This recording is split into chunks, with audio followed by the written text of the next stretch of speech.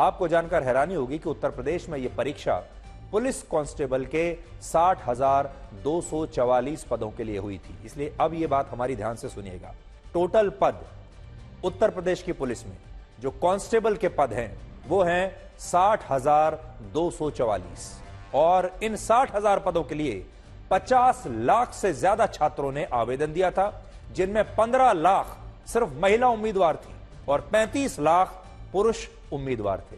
ये भीड़ देखिए आप, ये तमाम जो भीड़ आप देख रहे हैं रेलवे स्टेशन पर, ये उन छात्रों की, उन युवाओं की भीड़ है जो ये परीक्षा देने के लिए जा रहे हैं। आप अंदाजा लगा सकते हैं कि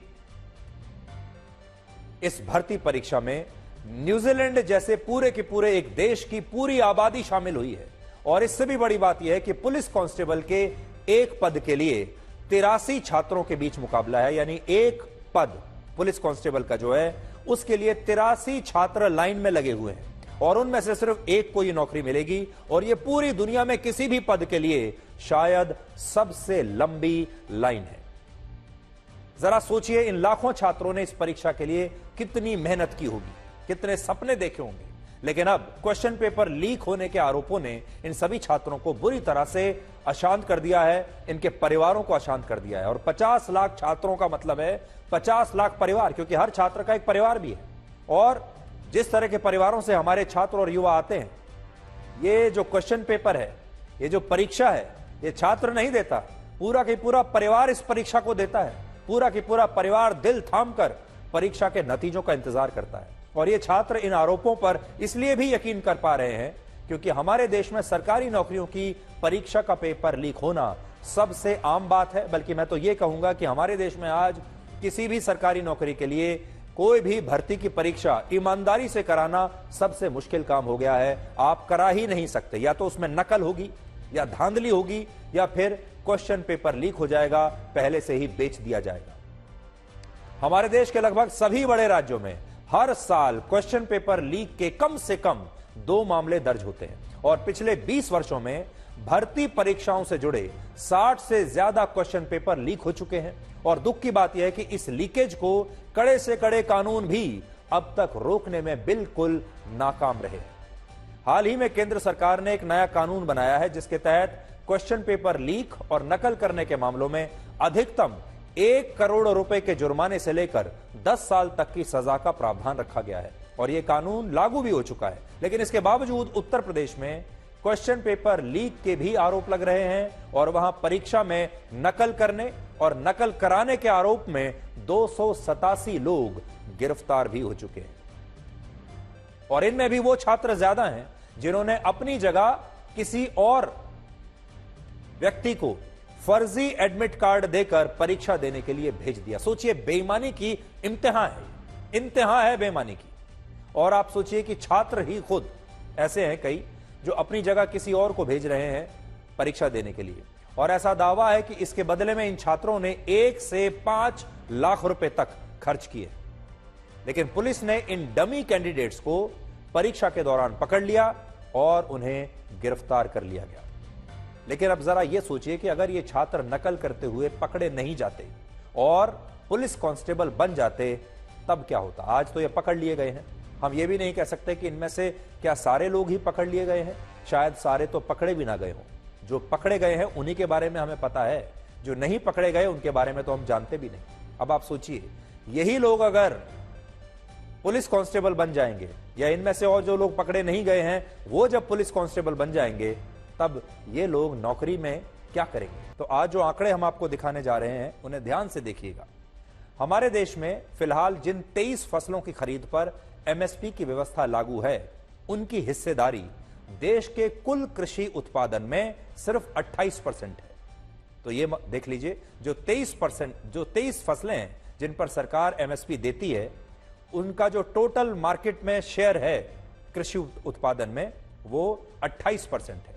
जबकि हॉर्टिकल्चर फार्मिंग और पशुधन उत्पादन की हिस्सेदारी देश के कुल कृषि उत्पादन में 50% से ज्यादा है। जबकि हॉर्टिकल्चर फार्मिंग और पशुधन उत्पादन में एमएसपी की व्यवस्था दूर दूर तक नहीं है। आज बड़ा सवाल यह है कि हॉर्टिकल्चर करने वाले जो लोग हैं क्या ये किसान नहीं है। हमारे देश में जो किसान हॉर्टिकल्चर फार्मिंग कर रहे हैं, यानी वो लोग कौन होते हैं? ये लोग हैं जो हरी सब्जियां उगा रहे हैं, आपके लिए फल उगा रहे हैं, या फूलों की खेती कर रहे हैं, या जो किसान डेयरी उद्योग, पशुपालन, मछली पालन कर रहे हैं, उन किसानों को उनकी फसल और उनके उत्पादों पर किसी भी तरह का कोई एमएसपी नहीं मिलता। लेकिन बिना इस एमएसपी के सपोर्ट के बावजूद देश के कृषि उत्पादन में इन किसानों की हिस्सेदारी ज्यादा है और इन किसानों की तरक्की भी उन किसानों की तुलना में ज्यादा हो रही है जो एमएसपी वाली फसलों को उगा रहे हैं। यानी जो किसान, आप सोचिए, जो किसान दूध का काम करता है, पशुधन रखता है अपने पास, दूध बेचता है, मछली पालन कर रहा है, क्या वो किसान नहीं है? एक दिन क्या वो अपने लिए एमएसपी नहीं मांगेगा? जिन 23 फसलों पर किसानों को एमएसपी मिलता है, उन फसलों का ग्रोथ रेट पिछले 2 दशकों में औसतन 1.8% है। यहां हम आपको यह बताना चाहेंगे कि एमएसपी की जो व्यवस्था की गई थी वो किसानों को एनकरेज करने के लिए की गई थी, ताकि किसानों को प्रोत्साहित किया जा सके कि वो और ज्यादा से ज्यादा पैदावार करें। लेकिन जो ग्रोथ रेट आई है उन 23 फसलों में जहां एमएसपी दिया जाता है, उसमें है 1.8% के दर से इनमें जो ग्रोथ हो रही है वो है। जबकि जिन हरी सब्जियों, फलों और पशुधन उत्पादन पर किसानों को कोई एमएसपी नहीं मिलता, उनका ग्रोथ रेट पिछले 2 दशकों में 5 से 8% है। यानी ये बिना एमएसपी के भी ज्यादा तेजी से ग्रो कर रहे हैं। इससे आप ये समझ सकते हैं कि किसानों की तरक्की के लिए एमएसपी जरूरी नहीं है, क्योंकि अगर एमएसपी की व्यवस्था इतनी ही अच्छी होती, मददगार होती, तो फिर इन फसलों का ग्रोथ रेट इतना कम ना होता। आपको जानकर हैरानी होगी कि भारत सरकार लगभग 47 लाख करोड़ रुपए के वार्षिक बजट में से 5 लाख करोड़ रुपए कृषि क्षेत्र में सिर्फ सब्सिडी पर खर्च करती है, और इनमें से भी 1,88,000 करोड़ रुपए खाद और बीज की सब्सिडी पर खर्च होते हैं। यानी किसानों को खाद और बीज जो मिलता है वो डिस्काउंटेड रेट पर मिलता है। सरल भाषा में आप इसे ऐसे समझिए कि फिलहाल सरकार फसलों की लागत को कम से कम करने के लिए भी किसानों को बीज, खाद और दूसरी चीजों पर सब्सिडी देती है, और फिर जब वही फसल बाजार में आती है जिसमें पहले से ही सब्सिडाइज्ड खाद है, सब्सिडाइज्ड चीजें लगी हुई हैं, जब वही फसल बाजार में आती है तो किसान उस फसल का सरकार से ज्यादा एमएसपी भी देने की मांग कर रहा है। यानी जो प्रोडक्शन कॉस्ट है वो तो नीचे आएगी ही, क्योंकि सरकार उसमें पहले ही सब्सिडी दे रही है। फिर उस सब्सिडी के जरिए जब आप अपनी फसल उगाते हैं तो उसमें भी आपको ऊंचा दर चाहिए, ऊंची प्राइस चाहिए, और आपको ज्यादा एमएसपी चाहिए। और इसमें भी सबसे बड़ी बात यह है कि जिन किसानों को फसल उगाने के लिए खाद और बीज पर सब्सिडी और फसल बेचने पर सरकार से एमएसपी मिल रहा है, वो किसान आंदोलन कर रहे हैं। लेकिन जो किसान एमएसपी की व्यवस्था से पूरी तरह बाहर हैं, उन्हें कभी कोई एमएसपी मिला ही नहीं, और जो किसान बिना एमएसपी के हरी सब्जियां, फल या दूसरी फसलें उगा रहे हैं या डेयरी उद्योग में काम कर रहे हैं, वो कभी भी एमएसपी के लिए कोई आंदोलन करते ही नहीं। आचार्य श्री विद्यासागर जी की उम्र 78 वर्ष थी, जिन्होंने छत्तीसगढ़ के डोंगरगढ़ स्थित चंद्रगिरी तीर्थ में समाधि ली, और ऐसा बताया जा रहा है कि उन्हें पहले ही देह त्यागने का आभास हो गया था, इसलिए उन्होंने 3 दिन पहले ही अन्न और जल का त्याग करके मौन व्रत धारण कर लिया था, और इसी त्याग को हम सल्लेखना विधि कहते हैं। सल्लेखना शब्द 2 शब्दों से बना है, और ये हैं सत और लेखन, जिनका अर्थ होता है अच्छाई का लेखा जोखा।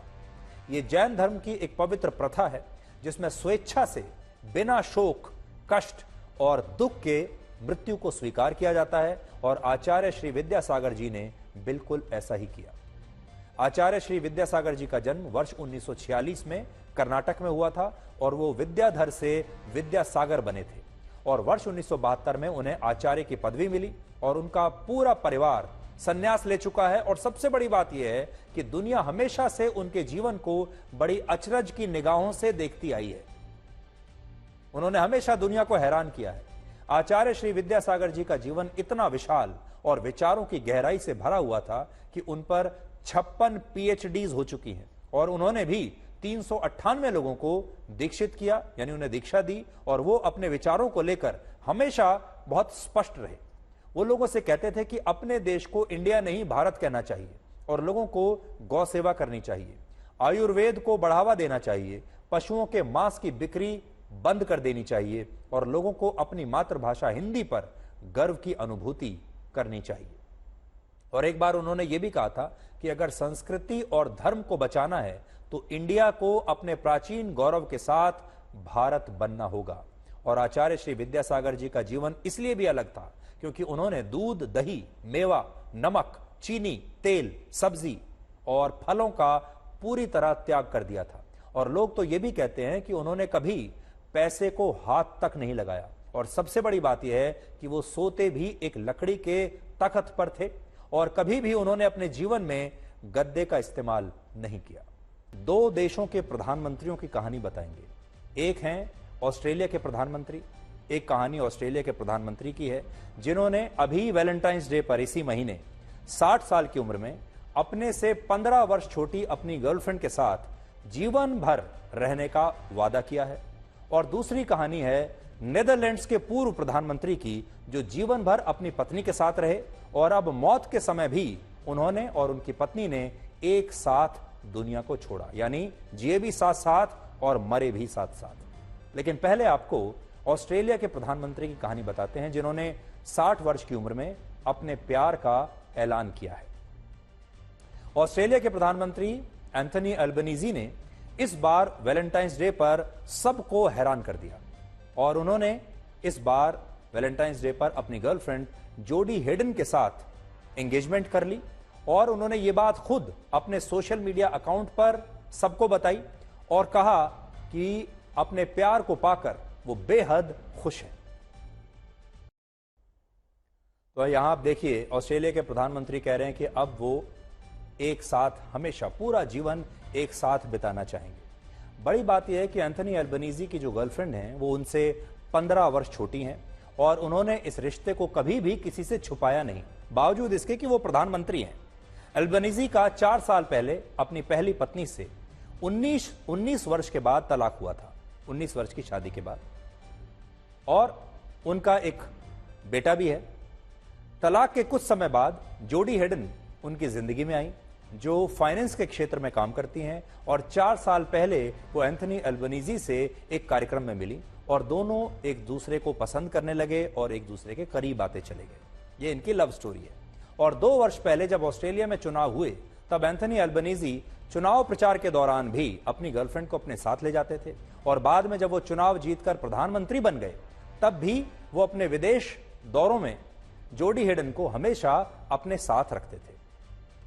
और आप शायद भूल गए होंगे, पिछले वर्ष जब दिल्ली में G20 शिखर सम्मेलन हुआ था जिसमें दुनिया भर के बड़े बड़े नेता आए थे, G20 शिखर सम्मेलन के दौरान भी वो ऑस्ट्रेलिया के प्रधानमंत्री के साथ आई थीं और तब प्रधानमंत्री नरेंद्र मोदी भी उनसे मिले थे और अब वो ऑस्ट्रेलिया के ऐसे पहले प्रधानमंत्री बनेंगे जिनकी प्रधानमंत्री के पद पर रहते हुए शादी होगी।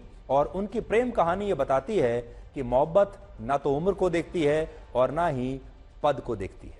ये प्रेम कहानी है नेदरलैंड्स के पूर्व प्रधानमंत्री ड्रीज वैन आर्ट की, जिनकी इस महीने मृत्यु हो गई और जीवन के इस आखिरी सफर में उनकी पत्नी हमेशा की तरह उनके साथ थी। ड्रीज वैन ऑक्ट और उनकी पत्नी ने, जिनका नाम है योजनी वैन ऑक्ट, उन्होंने इसी महीने एक साथ अपनी इच्छा से मिलकर एक साथ मौत को गले लगाया। दोनों की उम्र 93 वर्ष थी, दोनों एक ही उम्र के थे, 93 वर्ष के, और वो 70 वर्षों से एक दूसरे के साथ थे। ड्रीज वैन ऑक्ट वर्ष 1977 से 1982 तक नेदरलैंड्स के प्रधानमंत्री थे और वो इसके बाद भी बहुत सक्रिय रहते थे और उन्होंने फिलिस्तीनियों के अधिकारों को लेकर एक संगठन बनाया था। लेकिन वर्ष 2019 में इसी संगठन के कार्यक्रम के दौरान उन्हें ब्रेन हेमरेज हुआ और फिर उसके बाद वो दोबारा उठ नहीं सके, दोबारा इससे उबर नहीं सके।